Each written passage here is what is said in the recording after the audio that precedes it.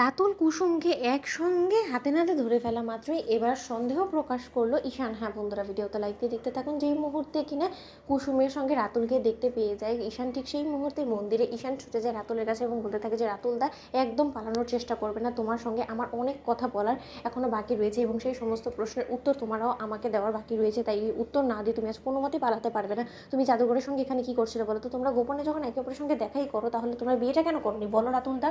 চুপ করে রয়েছো কেন? ঠিক সেই মুহূর্তে যখন কিনা কুসুম সেখান থেকে পালিয়ে যায়, ঠিক তারপর মুহূর্তে রাতুল বলতে থাকে যে দেখো ঈশান, এখন লাস্ট অপশন তুমি আছো যে কিনা আমাকে হেল্প করতে পারো, কারণ আমি খুব ভালো করেই জানি যে কুসুম সমস্ত তথ্য প্রমাণের ভিত্তিতে আপ্রাণ চেষ্টা করবে, কিন্তু তার সত্ত্বেও আমি চাই যে কুসুমকে হেল্প করার মতন অন্তত কেউ থাকুক যে কিনা কুসুমকে পাশে থেকে ভরসা দেবে, এবং সেই ভরসাময় মানুষ যদি কেউ থেকে থাকে আমার নজরে সেটা একমাত্র তুমি।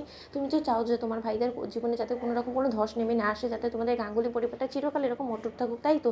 যে সেই মুহূর্তে ঈশান যখন বলতে থাকে যে হ্যাঁ রাতুল দা, অবশ্যই আমি সেটা চাইবো না কেন বলো তো? কিন্তু কী হয়েছে তুমি তো সেটাই বলছো না। ঠিক সেই মুহূর্তে রাতুল যখন বলতে থাকে যে অনেক বড় একটা ভুল করতে চলেছে ইন্দ্রাণী ম্যাম, এবং সেই ভুলটা যদি একবার সে সত্যকার অর্থে করে ফেলে তাহলে অনেক বড় একটা অঘটন ঘটে যেতে পারে ঈশান, কারণ তোমার ভাইদার জীবনটা বিপন্ন হয়ে যেতে পারে শুধুমাত্র ওই মেঘা ম্যাডামের জন্য, কারণ মেঘা ম্যাডাম কোনো মতে ভালো মানুষ নয়, সেই রীতিমতো একটা মুখোশধারী বহুরূপী একটা মানুষ ছাড়া কোনো কিছু নেই, এবং সে রীতিমতো তোমাদের গোটা পরিবারের লোকেদেরকে ঠকানোর চেষ্টা করছে। সে ইন্দ্রাণী ম্যামের প্রতিছবি নয়, সে বরঞ্চ দেবলীনার প্রতিছবি, এবং সে তার পরিচয় একটাই যে সে দেবলীনার আর বোন, এবং সেই সমস্ত তথ্য প্রমাণে আমি ইতিমধ্যে কুসুমকেও দেখিয়েছি এবং এবার এক ঝলক তোমাকেও দেখিয়ে দিচ্ছি। ঠিক সেই সময় যখন কিনা ঈশানকে সেই সমস্ত তথ্য প্রমাণ রাতুল দেখায়, ঠিক সেই মুহূর্তে ঈশান বলতে থাকে যে রাতুল দা, তুমি এই সমস্ত তথ্য প্রমাণ কী করে জোগাড় করলে বলো? ঠিক সেই সময় রাতুল বলতে থাকে যে যেদিন কিনা আমি বিয়ের আসর থেকে কুসুমকে একা রেখে চলে এসেছিলাম, সেদিন আমি ইচ্ছে করলে কুসুমকে বিয়ে করতে পারতাম, কিন্তু সেটা কুসুমের মনের বিরুদ্ধে হতো, কারণ কুসুম কোনো মতে আমাকে বিয়ে করতে চায়নি। তার জন্য ও শেষ সময় এসে যখন কিনা